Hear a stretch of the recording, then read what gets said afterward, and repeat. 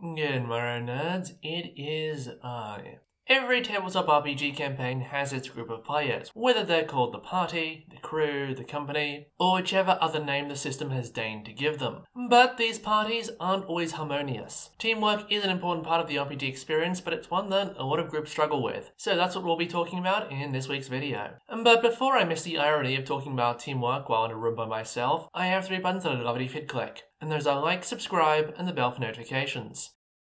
So, I assume we all know what teamwork is, but why does it matter in a tabletop RPG? And there's a few reasons really. The first is that unlike many board games or video games where the players all compete against each other, tabletop RPGs are almost always a collaborative activity, which means everyone has to be willing to work together. This includes player on player, and in many cases player on GM. So, if your players can't get on in-game, you don't really have a game at all, if I'm being perfectly honest. The second reason that teamwork matters is that while each player character will have their own unique abilities listed on their sheet that only they can do, or that they can do better than everybody else, in most RPG systems, there is at least some mechanic for players to help each other, to combine their abilities through synergies, or in some cases players can just give each other helpful advice. Having a good set of fellow players around you genuinely makes your character stronger and more effective. On the flip side, poor teamwork will utterly destroy your character. It will prevent them from being able to do the things that they're meant to be good at, it will undermine and sideline their goals, and it will just make your experience as a player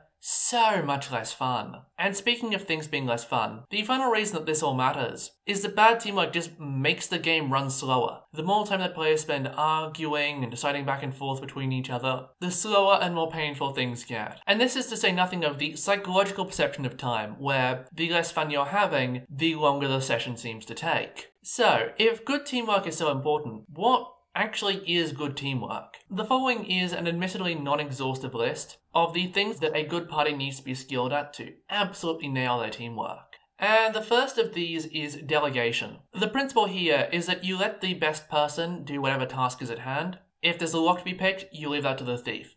If there's a guard who needs persuading, you leave that to the face. If there's a monster that needs to be stabbed to death in melee, you leave that to the fighter. This seems like it should be obvious, but it often isn't. As we'll see later on, there are plenty of reasons why players will need to undermine the need to delegate. The next principle along is synergy, and that's the idea of basically using your character to help other characters. This can be through combining interactions in your abilities, or through a literal help mechanic. The system where I got the most experience with this was Torchbearer. To give you the basic rundown, Torchbearer uses a d6 dice ball mechanic, where every die that rolls a 4 or better is treated as a success. A typical character will roll 4 dice for a skill that they're competent in, but unfortunately, that won't get them too far, as a lot of skill tests in Torchbearer have a difficulty more in the 3 to 5 range. And of course, since you can't roll a 5 on 4 dice, you can find yourself pretty screwed pretty quickly. How do you deal with this? There are a few ways to add extra dice yourself. Things like gear, spending metacurrencies, or maybe even one of your class abilities. But very often you'll find yourself needing to rely on the other players for literal help, in the form of helping dice from either their skills or from their wisers, which are these weird things that let you give dice to other people and rerolls to yourself. It's a whole thing. But pretty much every time one of us would make a roll, as we were, gathering up our dice pools, the call always went out for, hey, who has a skill to help with? Who has a ways to help with, who has useful gear that I can borrow, stuff like that. And to be honest, we were so good at finding extra dice and extra tricks to help each other with, we passed a tremendous number of our rolls. And if we failed them, it was usually deliberate. Yes, in Torchbearer, there are times that you want to fail a roll, because if you don't fail rolls, you can't actually advance your skills. Again, Torchbearer is a very complex system that we don't really have time to go into, but it is a good example of a situation where you really do need help to get anything done in the game.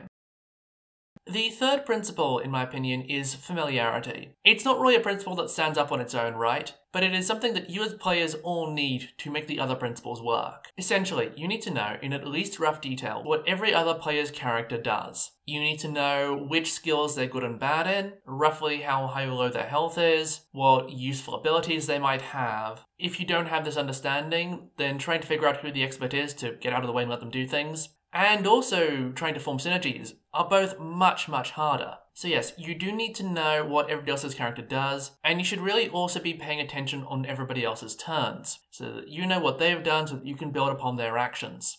And speaking of building upon things, the next principle is consensus. Players will disagree on things from time to time. It's inevitable. But the quicker they can come to an agreement, the better. Arguing strategies back and forth is one of the slowest, most boring things you can do in an RPG. And as a GM, if my players are sat around arguing about things for too long, I will start trying to hurry them up. Up to and including adding in NPCs trying to attack them to get them actually doing something useful. Even in cases where the party has been split, that split needs to be agreed on. So on some level, no matter what you do, the other players at the table almost always need to be at least somewhat on board with it. If that doesn't happen, well, you're in trouble.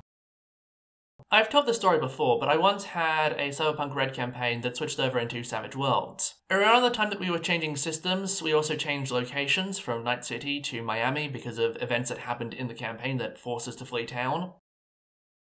And when we did start over our new lives, one of the other players and I found an opportunity to do some interesting things. We very quickly managed to ingratiate ourselves into Miami's political scene, and my player character began angling to become the new mayor of Miami. Unfortunately, we had a third player, and he wanted nothing to do with any of this. He wanted to keep on doing regular old edge runner things, and so each session he would begin by starting a half-hour-long argument in which the rest of us would have to shout him down into compliance. Eventually this came to a head, and during one session I had to miss due to injury and fatigue. He ended up rage quitting the entire campaign. Oddly enough, after that, it became much easier for the remaining player and I to agree on things and to actually get stuff done. And this leads us on to our final principle, and that's amicability. The truth is, there will always be conflict, and there will always be disagreement. You will never find two people on Earth who agree on absolutely everything. You just can't do that. What this means is that for effective teamwork, the ability to disagree in a friendly way is as important as being able to avoid disagreement. This means no throwing around insults, no keeping grudges, no trying to use your characters as proxies for arguments with other players. You really do need to be able to let things go. What about bad teamwork? These traits that I've lined up here aren't necessarily the opposites of the good traits from earlier, but you can certainly draw strong comparisons between them. And the first of these negative traits is spotlight hogging. And this is where one player always has to be the center of attention all the damn time. This can mean they try to be the one who rolls everything, or that they simply try to cut in and make another player's actions about themselves in some way. Early on in my last D&D campaign, we had a new player join, and he had never played a tabletop RPG before. And so at the same time that he was getting used to the system rules, he had to learn the table rules as well. And this proved something of an issue for him. In fact, for the first few weeks, he fell into a habit of coming up with some dumb idea, asking me about it, me telling him no, along with why that wouldn't work, and then me moving on to the next player because I figured he had had enough spotlight time. Then he would start calling my name and trying to get my attention. And so I'd ask him what it was, and it would be him trying to continue on with the stupid idea. I would tell him no, and try to move back to the new player that I was moving on to. And then he'd call my name again. And then I'd angrily ask what was going on. And he would try to continue the plan. I would get annoyed at him and try and switch. And then he would get annoyed at me and keep trying to call my name. And then I would mute him in the voice call until I had actually had a chance to deal with the other players in peace. Eventually, I had to give him an out-of-character reprimand and make it very clear to him that yes, every now and then I would need to switch over to other players and that he would have to wait. But that, sooner or later, I would get back to him. And to be fair, he did actually improve and start waiting around more. And guess what that did for the party's teamwork?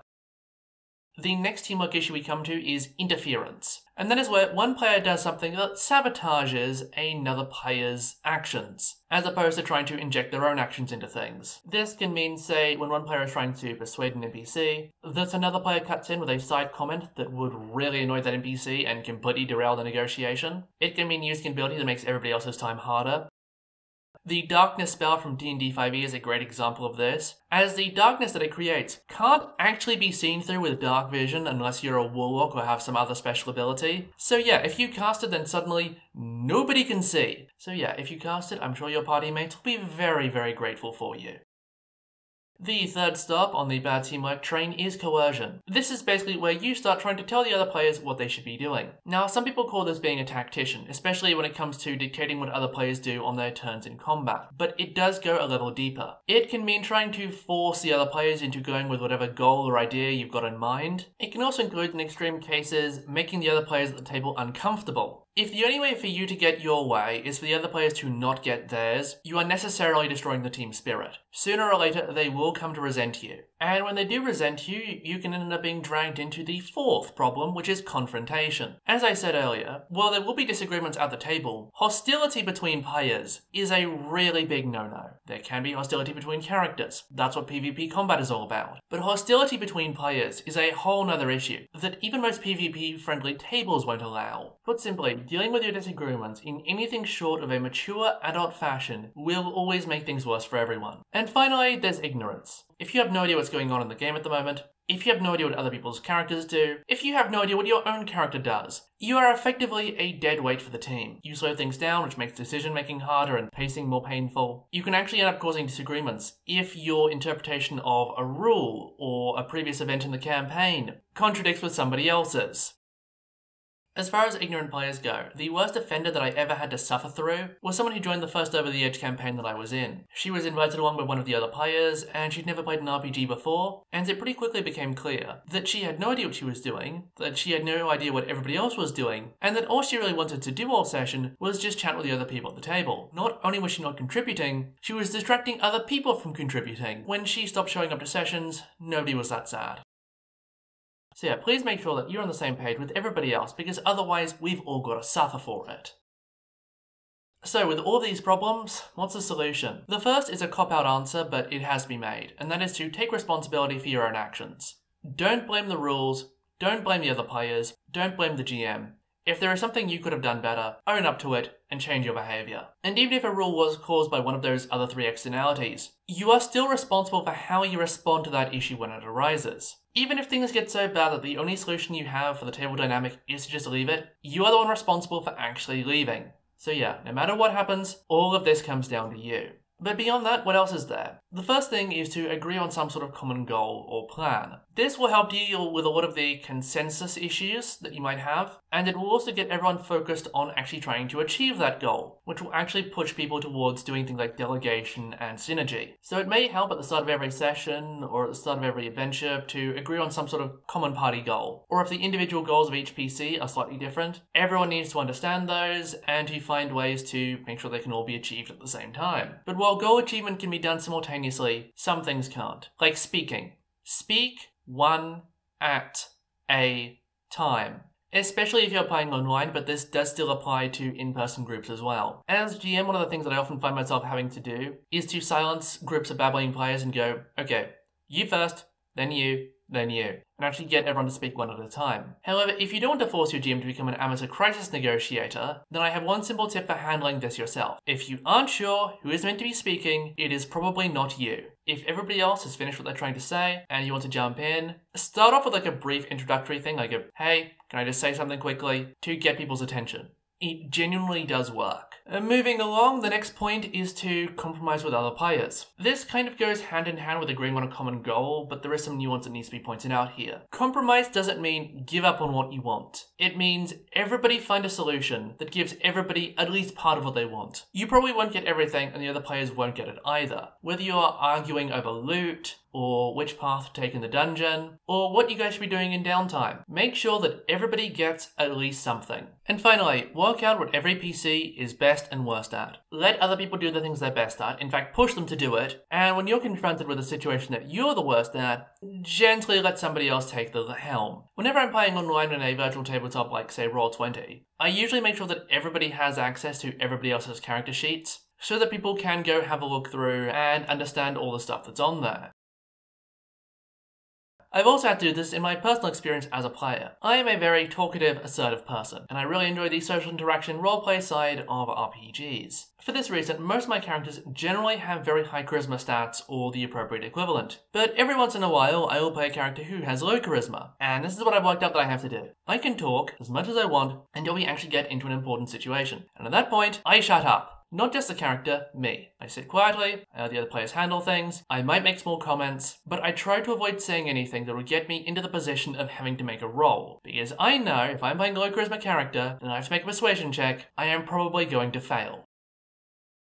A final note that I'd like to discuss is the relationship between teamwork and metagaming. Oftentimes when players are trying to strategize, come to agreements, figure stuff out, they will fall back on out-of-character communication, basically table chatter, or they'll start sharing information with each other that each other's characters may or may not know. Some players will consider one or both of these to be metagaming, and accordingly, they really won't like them. In fact, some groups don't allow any table chatter whatsoever. Everything has to be done in character. While both personal friends of mine and also people in my comment section have mentioned this possibility, I've never tried it myself, so I can't really comment on how well it works. But what I will say is that pretty much everyone has a different definition of metagaming, and a different tolerance for what does or doesn't fall within that definition. For some people, metagaming requires that you prove beyond a reasonable doubt that the character could not have known the information the player is relying on, while for others, a single line of table chatter from one player to another is considered metagaming. And the other thing to point out here, the reason this all comes up is because the truth is, out-of-character communication is just more efficient than in-character communication. When you don't have to think about your character's mannerisms or their perspectives, when you can just say,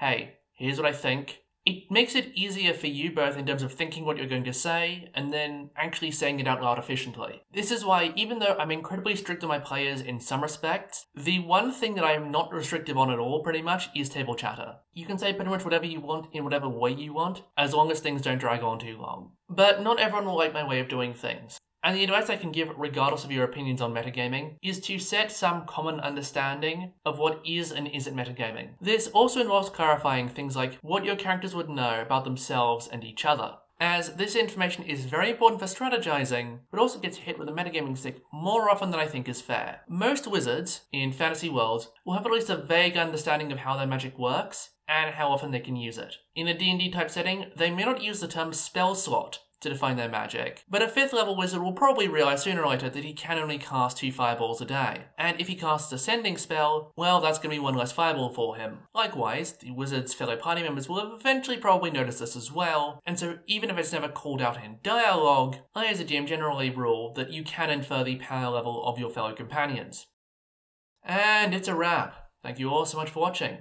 If you enjoyed this video, then please like it, share it with your friends, and leave a comment down below. What are your tips for teamwork in tabletop RPGs? If you'd like to see more videos like this one, then please subscribe and hit the bell for notifications. It really does help the channel. And once more, thank you all so much for watching, and until I see you next, farewell.